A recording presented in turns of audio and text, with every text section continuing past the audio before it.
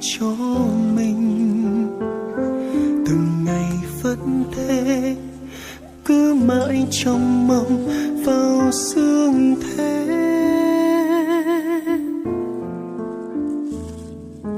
Khi con đây lòng đầy rối ren, chợt nghe tiếng nói bên tai thì thầm: này hỡi con yêu, hãy mau về nhà cha.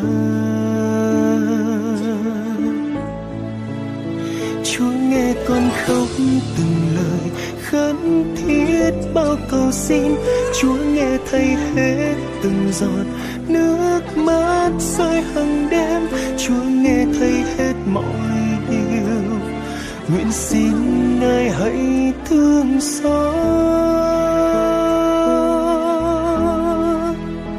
những khi yêu đôi lòng này vấp ngã bao niềm đau. Những khi chân bước mỏi mệt có Chúa luôn kề bên.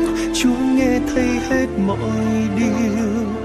Ngài nghe những tiếng kêu cầu. Con xin Chúa giúp từng ngày sóng gió bao hiểm nguy. Khi con tim vẫn còn nhiều bất an, bao nhiêu lầm lỗi ngày nào, bao nhiêu tội lỗi trong đời, xin Cha tha thứ. Con cô đơn quá vì chẳng có ai cạnh bên. Con hoang mang lắm vì đời rối ren. Chúa nghe con khóc thật nhiều. Nguyện Chúa cất trong phế Ngài.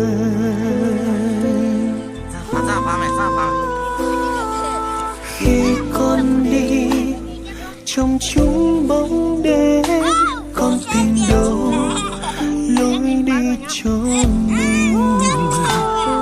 Từng ngày vẫn thế, cứ mãi trong mong vào sương thế.